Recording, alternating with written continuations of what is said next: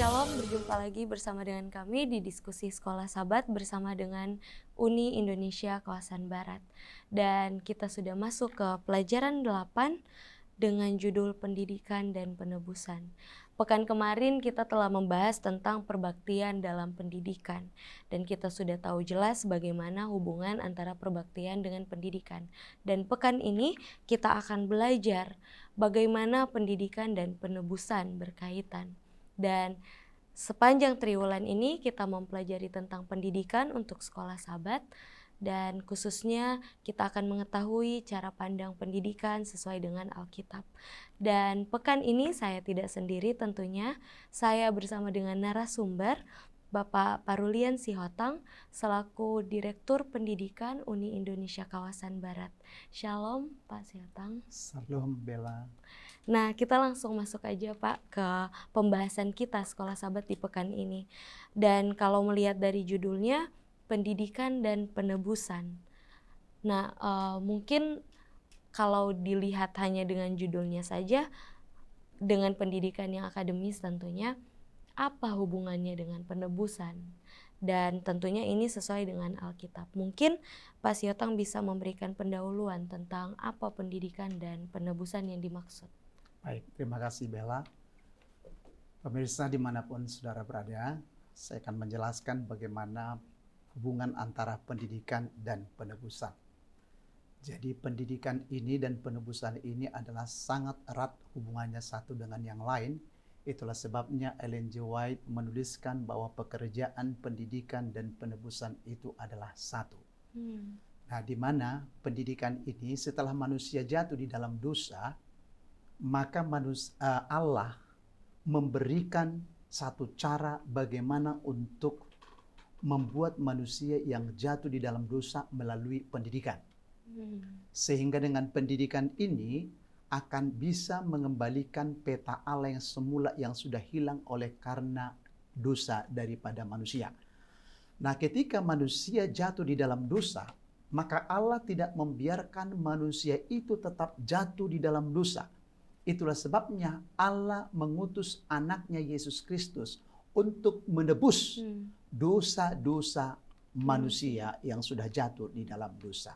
Allah mau supaya kembali manusia ciptaannya ini, ciptaan yang sangat mulia ini, mereka dapat ditebus oleh darah Kristus. Sehingga dengan demikian, di mana Allah yang punya rencana menciptakan manusia sebagai segambar dengan peta Allah, itu bisa terrealisasi dengan baik, itu bisa kembali dipulihkan melalui penebusan yang dilakukan oleh Yesus Kristus. Jadi itulah hubungan bagaimana pendidikan itu dan penebusan itu adalah sama, pekerjaannya sama, adalah untuk mengembalikan kembali, yaitu peta Allah yang semula di dalam kehidupan manusia. Kita lihat sekarang ini, apalagi pendidikan sekarang ini banyak, khususnya pendidikan Kristen. Untuk apa Allah mendirikan pendidikan Kristen itu, khususnya sekolah Advent? Supaya dengan demikian institusi lembaga pendidikan ini adalah salah satu jalan untuk membina, mengajar, mendidik anak-anak supaya mereka kembali melihat kasih Allah yang semula. Untuk bisa kembali kepada peta Allah yang semula, maka perlu ada pendidikan bagi anak-anak kita sehingga tidak disesatkan oleh ajaran-ajaran palsu, doktrin-doktrin palsu, sehingga mereka bisa fokus kembali kepada Allah pencipta. Itulah hubungan antara pendidikan dan penebusan. Jadi memang ternyata kalau kita lihat, apa hubungannya? Tapi ternyata kita juga sudah belajar di pekan-pekan yang sebelumnya ya Pak Siotang, bagaimana ternyata inti dari pendidikan itu sebenarnya adalah untuk memulihkan kembali jati diri yang sebenarnya kita harus mengenal Allah itu seperti apa. Dan memang sudah banyak pelajaran-pelajaran sekarang khususnya dalam pendidikan tentunya yang seakan-akan menjauhkan manusia dari Sang Pencipta. Dan ternyata penebusan ini juga sangat penting untuk kita pelajari ternyata ya. Dan memang bagaimana kalau bisa kita juga bersekolah di sekolah Advent, supaya memang banyak pelajaran-pelajaran yang sebenarnya kita perlu tahu, akhirnya kita jadi tahu di sekolah. Tapi apakah semua sekolah Advent sudah menggunakan sistem itu? Bagaimana mereka mengajarkan kembali sesuai dengan Alkitab? Atau ada beberapa sekolah juga di sekolah Advent tentunya yang mungkin masih tidak terlalu menjalankan itu, atau lebih kepada akademisnya? Gimana itu? Untuk semua sekolah Advent, kita sudah punya standar dari Gereja Masih Advent Hari ke-7 Uni Indonesia Kawasan Barat, di mana kita telah memberikan pelatihan-pelatihan kepada semua kepala-kepala sekolah dan kepada guru-guru, supaya apalagi guru-guru yang baru tamat, baru masuk di dalam sekolah Advent, wajib mengetahui tentang mengenai pengenalan Allah. Kami ada istilah namanya adalah Integrated Faith and Learning. Nah, apa itu? Biasanya kita sebut namanya IFL, disingkatkan IFL, Integrated Faith and Learning. Nah, setiap tahun kita dari pimpinan Uni, bahkan dari daerah dan conference, memberikan pelatihan, edukasi kepada semua guru-guru, supaya ketika mereka mengajar di dalam kelas mereka, maka wajib setiap guru bidang studi apapun yang diajarkan harus mengintegrasikan semua mata pelajaran itu kepada Alkitab, kepada Allah. Sehingga dengan demikian, maka dengan pemahaman apapun yang diajarkan oleh guru-guru itu, maka anak mengerti. Ilmu pengetahuan apapun yang diajarkan setiap guru harus berpusat kepada Allah sendiri. Jadi semua bermuara kepada Allah sendiri. Jadi saya kira tidak ada sekolah Advent yang tidak mengajarkan filosofi pendidikan tentang IFL, tentang Allah, tentang Yesus. Itu wajib bagi guru untuk mengajarkannya. Jadi sebenarnya sudah tidak perlu khawatir ya Pak Siotang untuk anak-anak bisa sekolah di sekolah Advent. Karena memang dasarnya memang sudah dari Alkitab, ya, juga. Alkitab. Betul. Sekarang kita langsung masuk aja ke hari Minggu. Menurut gambar Allah. Nah, ini juga pertanyaannya saya sampai lingkarin di sekolah sahabat saya. Menurut gambar Allah, apa ini pendidikan, penebusan, dan gambar Allah? Silakan Pak Siotang. Baik, terima kasih. Mungkin Bella, sebelum kita masuk kepada gambar Allah, saya jelaskan sedikit mengenai ini kata kunci ayat hafal ini sangat luar biasa. Silakan. Ya, yang terdapat dalam 2 Timotius 3:16. Segala tulisan yang diilhamkan Allah memang bermanfaat untuk mengajar, untuk menyatakan kesalahan, untuk memperbaiki kelakuan, dan untuk mendidik orang dalam kebenaran. Nah, bagaimana ayat ini sangat penting, di mana Alkitab ini adalah merupakan buku yang sangat luar biasa, yang dapat memberikan manfaat. Salah satu di antaranya dikatakan adalah untuk mengajar. Nah, kalau kita coba lihat apa maksudnya Alkitab adalah bermanfaat untuk mengajar. Nah, kalau mengajari ini, biasanya kalau orang mengikuti ajaran, biasanya itu sesuai dengan tradisi. Perhatikan. Kenapa orang dari generasi ke generasi berikutnya itu biasanya fokus kepada apa yang diajarkan oleh orang tuanya, maka itulah yang diadopsi oleh anaknya. Oke? Banyak doktrin-doktrin, ajaran-ajaran di mana anak selalu berfokus kepada ajaran yang diajarkan oleh orang tuanya turun-temurun. Karena memang inilah pendidikan yang diajarkan oleh orang tua kepada anaknya. Nah, sekarang kalau pengajaran ini kan banyak sumbernya. Betul. Ada pendeta, ada guru, ada orang tua, ada tokoh masyarakat. Itu adalah semua sumber daripada pengajaran. Nah, coba kalau kita bayangkan kalau sumber-sumber pengajar ini memberikan ajaran yang tidak sesuai dengan Alkitab, mau dibawa kemana ini generasi muda? Betul. Dan sekarang ini banyak sekali muncul ajaran-ajaran, doktrin-doktrin yang menyimpang daripada Alkitab. Ya, kalau sumber yang saya sebutkan tadi itu pendeta, guru, orang tua, tokoh masyarakat, dan lain sebagainya mengajarkan seperti ajaran Alkitab, itu sangat luar biasa. Tapi kalau sampai menyimpang, betapa sedihnya generasi yang berikutnya menerima ajaran yang salah. Itulah sebabnya salah satu fungsi daripada Alkitab adalah untuk mengajar. Untuk mengajar orang kepada kebenaran. Kan begitu ya? Betul. Untuk mengajar orang kepada kebenaran. Nah, salah satu contoh misalnya, banyak sekarang orang berkata bahwa orang diselamatkan adalah melalui perbuatan. Perbuatan baik, kalau kita melakukan perbuatan kebajikan-kebajikan yang baik, itu dapat menyelamatkan. Apakah itu benar sesuai dengan Alkitab? Itu kan tidak benar. Ajaran yang salah. Mana ada orang bisa selamat oleh karena perbuatan-perbuatan kebajikan kepada orang lain yang benar sehingga menyelamatkan. Nah, banyak orang yang mengajarkan seperti ini kepada orang lain. Nah, itulah gunanya Alkitab itu untuk mengajar. Maka kita harus coba melihat benar. Kalau kita baca di dalam Alkitab, contohnya Efesus 2:8-9, dikatakan di sana bahwa keselamatan itu, saya baca dulu ya, Bella ya. Yes. Ya, Efesus 2:8-9 ini contoh. Sebab karena kasih karunia kamu diselamatkan oleh iman. Itu bukan hasil usahamu tetapi pemberitaan Allah. Itu bukan hasil pekerjaanmu. Jangan ada orang yang memegahkan diri. Sehebat apapun yang kita lakukan dalam kehidupan kita tidak akan pernah menyelamatkan kita. Tapi yang dapat menyelamatkan kita, kalau kita baca di dalam ayat selanjutnya, yaitu di ayat yang 31. Efesus 4 yang berikutnya, saudara-saudara. Di ayat yang lain mengatakan, keselamatan itu hanya oleh karena kasih karunia Kristus. Ya, tapi orang kadang menyatakan Anda berbuat baik, Anda pasti selamat. Ya, tapi Alkitab jelas mengatakan tidak pernah perbuatan baik dapat menyelamatkan seseorang. Hanya oleh karena kasih karunia Yesus Kristus. Nah, seperti contoh yang saya katakan itu adalah ajaran sumber orang yang menyatakan yang salah.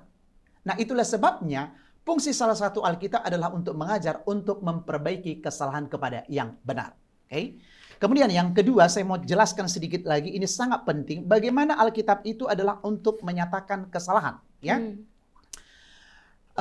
kalau kita contoh, bagaimana kita tahu kita salah?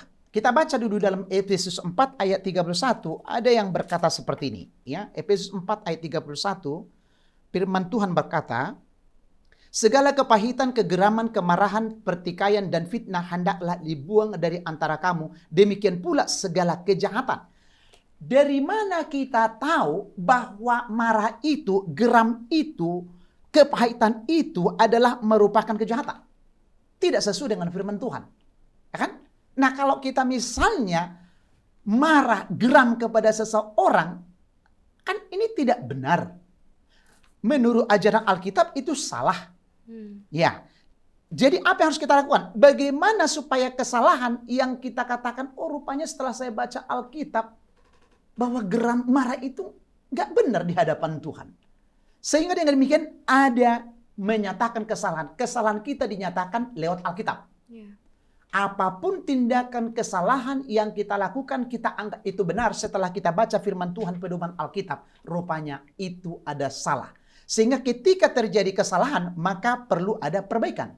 Ya, itulah namanya salah satu fungsi Alkitab adalah untuk memperbaiki.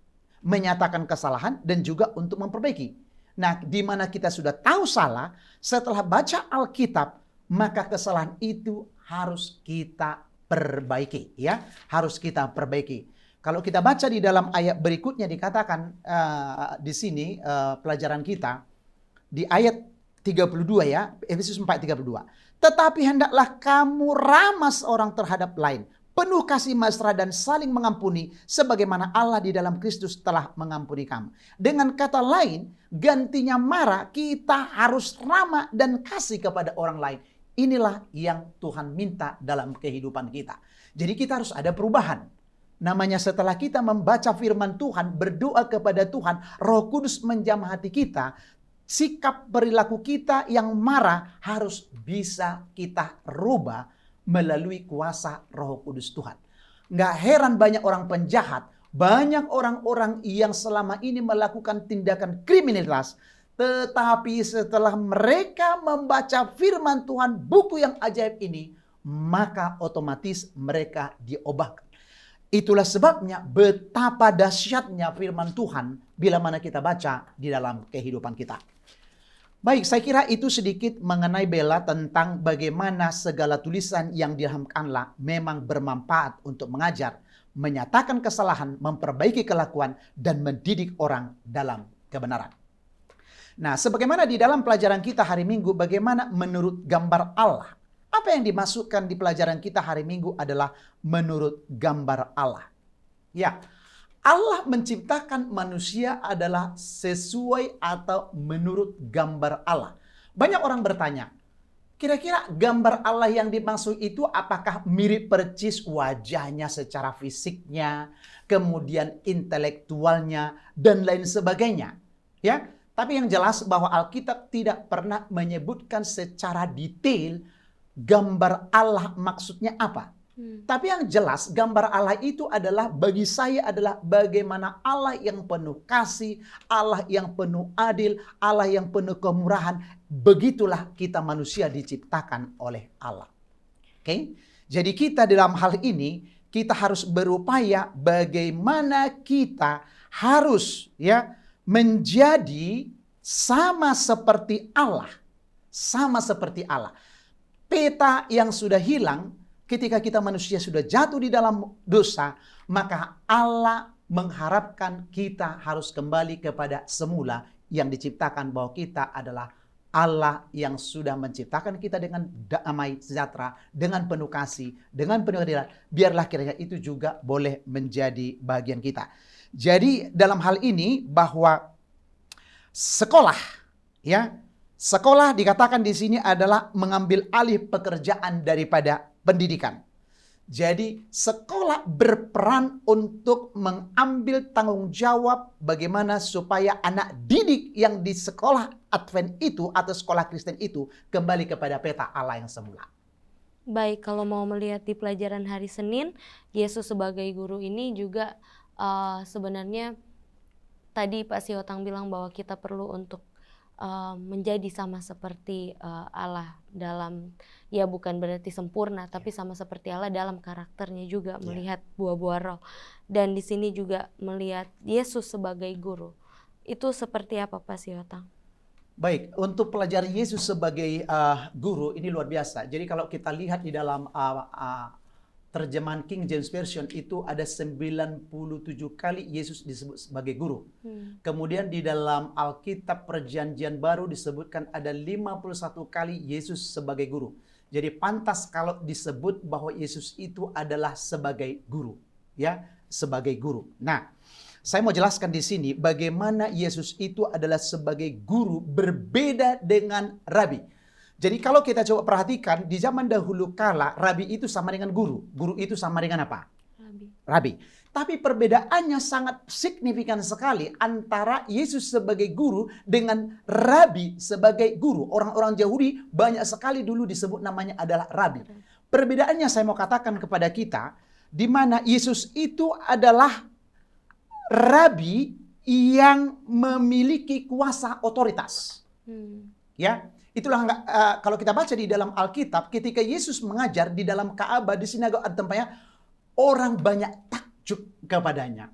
Kenapa takjub? Karena Yesus punya kuasa. Ya, punya kuasa, punya otoriter. Luar biasa, otoritasnya sangat tinggi. Kemudian saya mau sampaikan lagi, kenapa Yesus itu adalah sebagai guru yang sangat hebat? Karena Yesus peduli dengan kebutuhan murid-muridnya.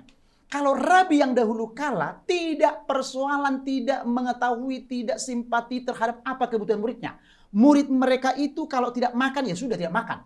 Tapi Yesus ketika dia mengajar, baik di bukit, di desa, di kota, di sinagog, di mana saja, dia tahu bahwa muridnya itu kebutuhannya kalau mereka dahaga diberikan minuman. Ketika mereka lapar diberikan makanan. Ketika mereka membutuhkan misalnya contohnya ada yang buta diberikan kesembuhan.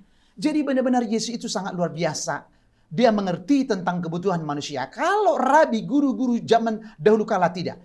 Kemudian Yesus mengajar dengan keteladanan. Ini luar biasa. Bagaimana Yesus mengajar, kita perhatikan 12 murid Yesus pada waktu pembasuhan kaki. Bagaimana seorang guru agung yang sangat luar biasa merendahkan hatinya, membasuh kaki muridnya. Ini sangat luar biasa. Kalau guru, rabi zaman orang-orang Yahudi mana pernah melakukan pembasuhan kaki pada murid? Ya, pembasuhan kaki.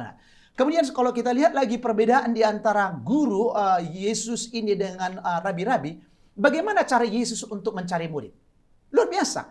Yesus yang mencari murid. Dia pergi menyisir dari danau ke danau, dia mencari murid. Luar biasa. Bagaimana teknik Yesus untuk mencari murid. Tapi kalau rabi zaman dahulu kala orang Yahudi, murid yang cari guru.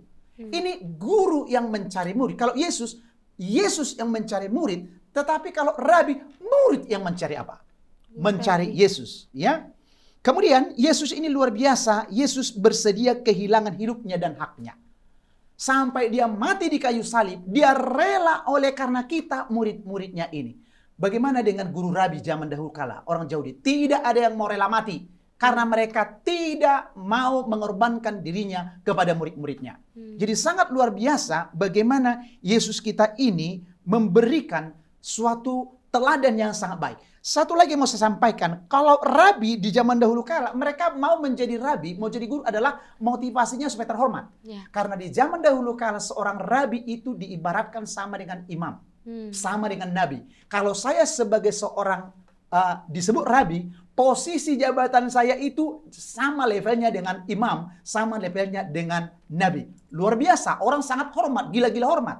Itulah yang dilakukan rabi orang Yahudi kala. Tapi kalau Yesus menjadi guru bukan supaya dia populer, bukan supaya dia hebat, tetapi Yesus memberikan contoh teladan yang sangat luar biasa.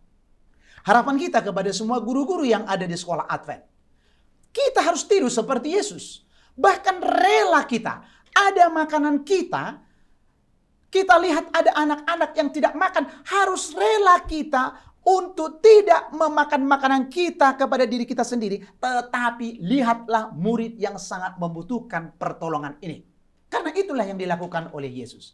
Saya kira mungkin demikian Bella sedikit penjelasan tentang pelajaran Yesus adalah sebagai guru yang sangat luar biasa. Jadi sebenarnya kita juga bisa melihat bahwa apa yang diajarkan oleh Yesus sendiri kepada murid-murid dan orang lain pun diteladani oleh dia. Maksudnya dilakukan juga dalam kehidupan sehari-hari. Jadi sebenarnya Yesus itu bukan talk only, tapi juga ada action. Ada action. Jadi kita juga harus melihat bagaimana dia mengajari, tapi dia juga menghidupkan apa yang dia pelajari. Betul. Dan kita masuk ke hari Selasa, ini tentang Musa dan para nabi. Jadi kita sudah melihat bagaimana Yesus sebagai guru, bagaimana juga Allah menciptakan kita seperti gambarnya. Dan ini Musa, kita melihat kehidupan para nabi. Musa dan para nabi, silakan Pak. Baik, mengenai Musa dan para nabi ini, Musa ini adalah kitab daripada yaitu sebut namanya Kejadian Keluaran, Imam bilang ulangi itu adalah kitab Musa. Ya. Di mana di dalam kitab Musa ini juga mengajarkan tentang masalah pengajaran tentang pendidikan. Ya, banyak sekali tulisan-tulisan daripada Musa yang menceritakan tentang bagaimana dia mengajar kepada bangsa Israel pada saat itu. Melalui tulisan yaitu dalam Kejadian sampai kepada Ulangan. Jadi di zaman Musa sendiri pun sudah ada tentang pendidikan. Ya, sudah ada pendidikan. Ya. Bahkan sebenarnya bukan hanya Musa, di zaman dari Adam dan Hawa sudah ada pendidikan itu sendiri. Sudah ada pendidikan. Nah kemudian di zaman para nabi juga adalah sama. Di zaman Musa, di zaman para nabi, mereka juga mengajarkan tentang pendidikan. Nah dari tulisan Musa, teristimewa dalam tulisan para nabi-nabi, kita bisa melihat bagaimana pengalaman orang yang menerima pendidikan yang diajarkan oleh nabi-nabi ketika orang ini mau mempraktekkan ajaran nabi-nabi dan Musa, maka mereka sukses. Contohnya kita lihat bagaimana Ruth, Daniel, dan Ayub. Mereka ini adalah murid yang mendengarkan apa yang dikatakan oleh nabi-nabi sebelumnya sehingga mereka sukses dalam kehidupannya. Bagaimana Daniel bisa sampai tiba di istana. Walaupun dia adalah di negara tawanan orang, negara orang asing, adalah buangan, dia adalah tawanan, tetapi bisa menjadi seorang yang sukses. Karena apa? Karena dia telah dididik oleh orang tuanya. Dia telah belajar daripada firman Tuhan untuk menurut. Sehingga dengan demikian tidak heran mereka ini adalah orang-orang yang sukses. Tetapi juga ada di dalam Alkitab di mana menceritakan orang-orang yang tidak sukses di dalam kehidupannya. Ya, kita tahu bagaimana itu contohnya, ya bagaimana pengalaman daripada Ayub dan teman-temannya, di mana teman-temannya itu saya katakan itu adalah merupakan orang produk gagal yang tidak menurut kepada apa? Kepada pendidikan, ya. Pada intinya, kalau firman Tuhan ini kita ikuti, kita praktekkan dengan setia, maka kita akan juga bisa mengalami seperti pengalaman orang-orang sukses, bagaimana Ruth, bagaimana Ayub, bagaimana Daniel diberkati oleh Tuhan. Persoalannya di zaman kita sekarang ini, seringkali kita sudah baca firman Tuhan, tetapi kita tidak menghidupkannya. Di situ sekarang, ya. Jadi kita harapkan kepada kita semua ketika kita sudah membaca firman Tuhan, jangan hanya membaca, tapi biarlah kita juga menjadi pelaku akan firman Tuhan, supaya kita juga boleh mengalami pengalaman yang sama, sukses di dalam kehidupan kita. Sehingga dengan demikian kita juga boleh merasakan hadirat Roh Tuhan setelah kita membaca dan mempraktekkan, ini juga boleh menjadi bahagian kita. Jadi kalau mau dilihat ternyata pendidikan itu ada untuk kita belajar bagaimana kita kembali, bagaimana kita mendapatkan kehidupan yang kedua, bagaimana kita bisa bertemu dengan Allah. Jadi sebenarnya pendidikan ini bukan hanya soal belajar tentang akademik, bagaimana pelajaran-pelajaran dari luar Alkitab, tapi ternyata sebenarnya pendidikan ini lebih penting untuk kita pelajari Alkitabnya gitu. Mungkin untuk pengetahuan-pengetahuan di luar pendidikan sebenarnya itu hanya tambahan saja. Benar sekali. Tapi ternyata fokus utama yang Tuhan inginkan adalah Dia menciptakan pendidikan ini itu sebenarnya untuk seperti tuntunan untuk kita kembali lagi kepada apa yang sebenarnya sudah Tuhan maksudkan untuk kehidupan manusia. Karena mengingat tadi juga Pak Siotang bilang bahwa pendidikan itu ada justru sudah dari Taman Eden. Taman Eden. Dan kita sudah bahas itu dari pekan-pekan sebelumnya. Ternyata memang inti pendidikan ini bukan berarti kita harus mengetahui pengetahuan yang di luar Tuhan, justru tapi pendidikan ini malah mau mengembalikan kita kepada apa yang Tuhan inginkan, yang Tuhan maksud sebelum manusia jatuh ke dalam dosa. Dan kalau mau melihat para nabi-nabi memang betul bagaimana mereka menghidupkan dan bagaimana mereka mendidik. Jadi sebenarnya untuk guru-guru pada zaman sekarang ini mereka juga bisa mengambil contoh dari para nabi, bagaimana mereka menjadi guru, bagaimana mereka atau tidak usah para nabi, langsung kepada Yesus sendiri, bagaimana meneladani sebagai seorang guru. Dan ternyata guru itu memang kalau mau melihat untuk mendapatkan murid juga ternyata dengan kerendahan hati juga, bagaimana Yesus tetap dengan rendah hati membimbing murid-muridnya pada saat itu, juga para nabi.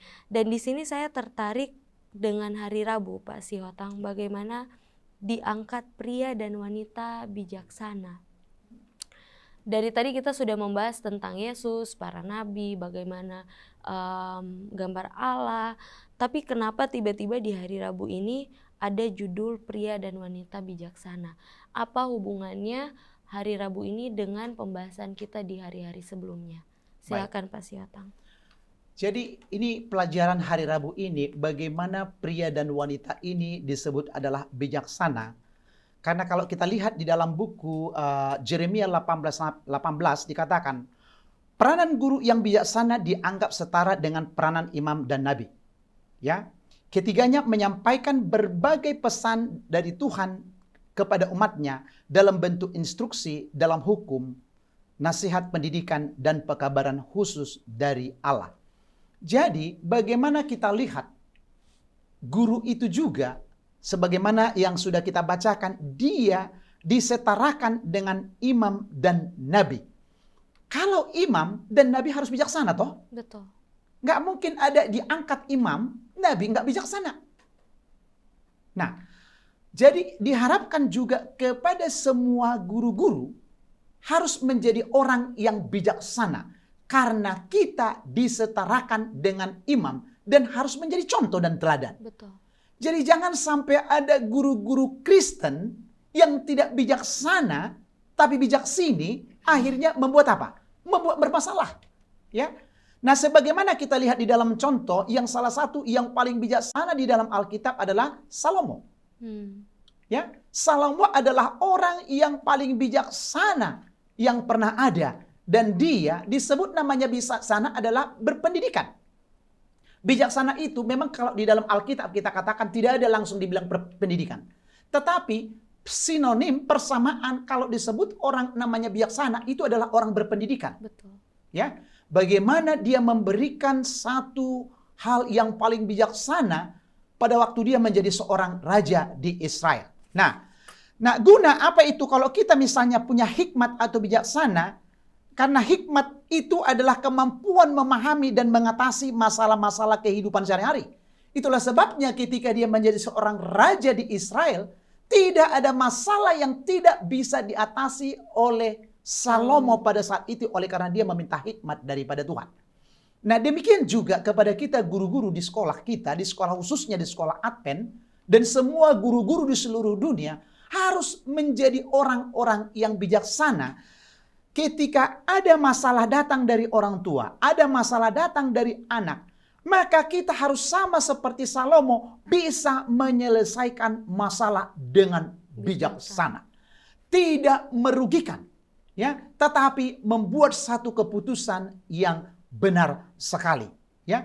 Jadi ini harapan kita supaya dengan demikian siapapun guru, bukan sebenarnya saya mau katakan ya, guru ini seringkali orang berkata kalau guru itu fokusnya kepada guru sekolah, itu kurang tepat. Yeah.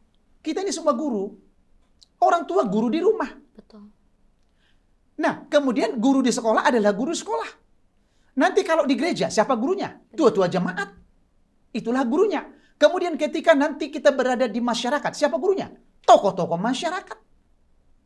Ya kan? Jadi sebenarnya kita itu adalah semua guru yang memiliki peran dan tanggung jawab bagaimana caranya kita meminta hikmat kepada Tuhan supaya kita menjadi orang-orang bijaksana, sehingga dengan demikian semua anak didik, semua anak-anak yang sudah dititipkan di tengah keluarga, kita sebagai guru benar-benar mengarahkan mereka untuk selalu menurut kepada apa? Kepada Tuhan. Nah, inilah. Tapi kadangkala, Bella, banyak sekali ini orang tua, ada masalah anak-anaknya, kemudian kalau guru tidak sanggup untuk membuat mereka menjadi lebih baik, guru yang dipersalahkan. Padahal sebenarnya mereka sendirilah yang harus dipersalahkan lebih dahulu. Karena pendidikan itu bermula dari rumah tangga. Karena kalau di dalam rumah tangga sudah dididik anak dengan baik, maka ketika dia pergi ke sekolah, saya yakin itu tendensinya juga akan baik. Betul. Jadi jangan sampai ada orang tua mempersalahkan guru ketika anak mereka tidak berhasil, lalu gurulah yang salah. Tidak. Jadi mereka harus benar-benar juga turut ambil andil dalam tanggung jawab untuk mendidik anak-anak mereka. Jadi sebenarnya ini kalau mau melihat, guru punya peran yang sangat penting. Tapi tidak kalah penting juga orang tua. Karena memang ternyata itulah yang selalu orang bilang, apapun yang kita bawa keluar itu pasti berasal dari rumah kita. Dan banyak juga kan orang selalu bilang, itu anak siapa sih? Nah, entah itu dalam hal yang negatif atau dalam hal yang positif. Jadi sebenarnya untuk para orang tua, untuk bisa mendidik anak lebih baik lagi di rumah, dan guru hanya memperlengkapi saja di sekolah, betul. Dan di hari Kamis ini kita mau melihat tentang pendidikan yang ada di gereja mula-mula. Seperti apa pendidikan di gereja mula-mula? Baik, pendidikan di gereja mula-mula tentu kita tahu ini bagaimana mulainya dulu dalam pelayanan Yesus, ya. Ya, jadi pada waktu Yesus 3,5 tahun melayani di atas dunia, dia juga memberikan banyak edukasi, pendidikan kepada bangsa pada saat itu. Banyak sekali ajaran-ajaran, karena setiap ajaran yang diajarkan kepada baik melalui ajaran mulai khotbah, ya, ajaran dan khotbah, banyak unsur pendidikan yang harus kita terima dari hal itu, ya. Dan kita lihat di sini setelah Yesus memberikan pendidikan kepada banyak orang selama dia di atas dunia 3,5 tahun, kemudian setelah Yesus naik ke surga, pendidikan itu tidak berhenti. Ya. Maka Yesus memberikan peran tanggung jawab untuk mengedukasi bangsa itu lewat namanya Roh Kudus. Roh Kudus itu bukan pendidik, tapi peran Roh Kudus itu adalah pendidikan. Oke, perannya. Ya, itulah sebabnya sampai sekarang kita, maka peran Roh Kudus di dalam memberikan pendidikan, ajaran kepada manusia adalah dilakukan oleh Roh Kudus Tuhan.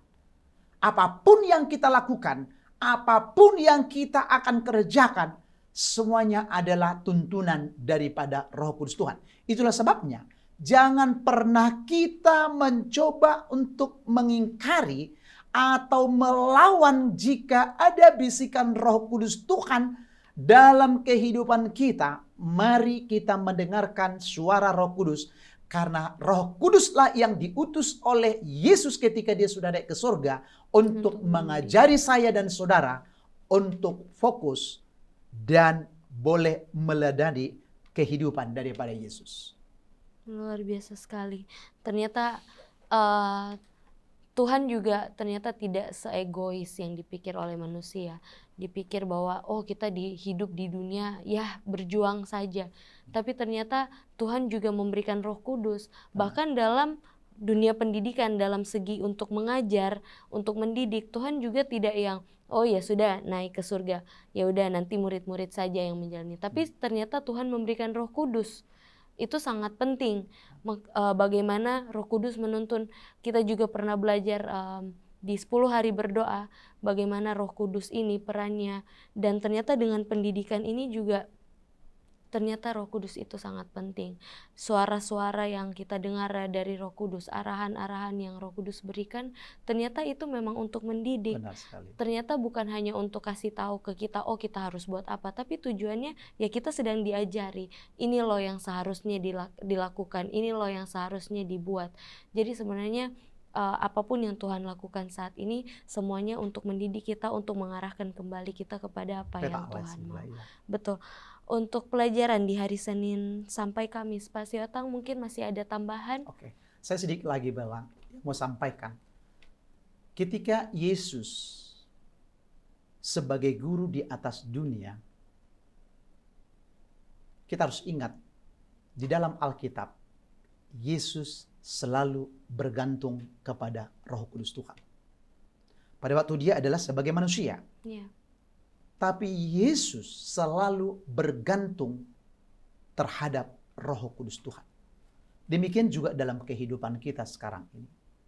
Bila mana kita sebagai orang tua, terlebih kepada guru-guru, jangan pernah kita mengajar di dalam kelas kita jika kita tidak mengundang Roh Kudus Tuhan untuk bekerja dalam kehidupan kita.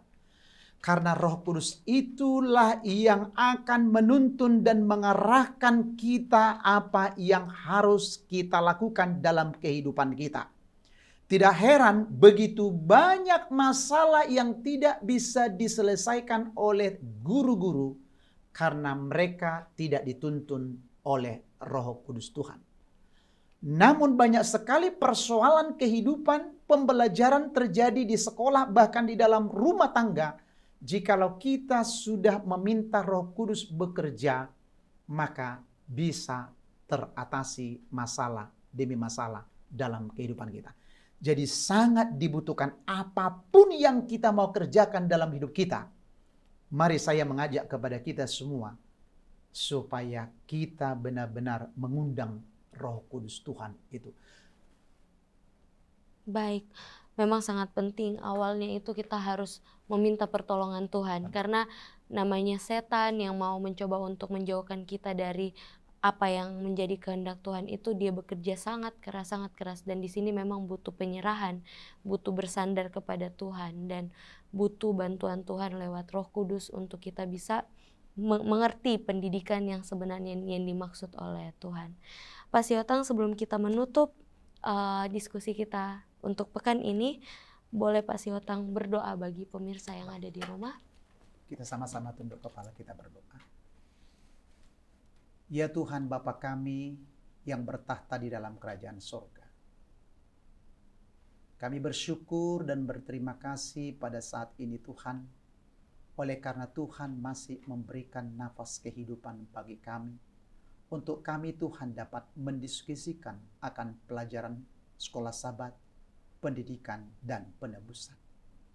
Bapa, Engkau telah mendirikan lembaga pendidikan Tuhan Gereja Masih Advent hari ke-7 di dunia ini, di mana Tuhan tujuannya adalah untuk mengembalikan peta Allah yang semula.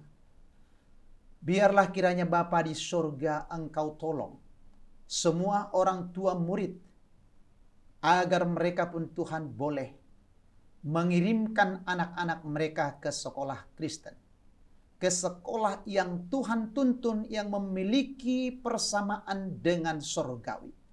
Sehingga melewat sekolah-sekolah Kristen ini, maka kami pun akan dapat mengembalikan peta Allah yang semula lewat kehidupan para peserta didik kami. Tuhan, biarlah kiranya kami boleh menjadi orang-orang yang bijaksana, menjadi orang yang rendah hati, menjadi orang yang dapat meniru teladan Yesus dalam masa kehidupannya.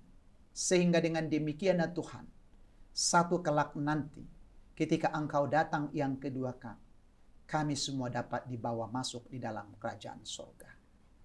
Tolong kami Bapa, supaya dengan demikian kami dapat menghidupkan seperti kehidupan Yesus yang menjadi contoh dan teladan bagi kehidupan kami pada zaman sekarang ini.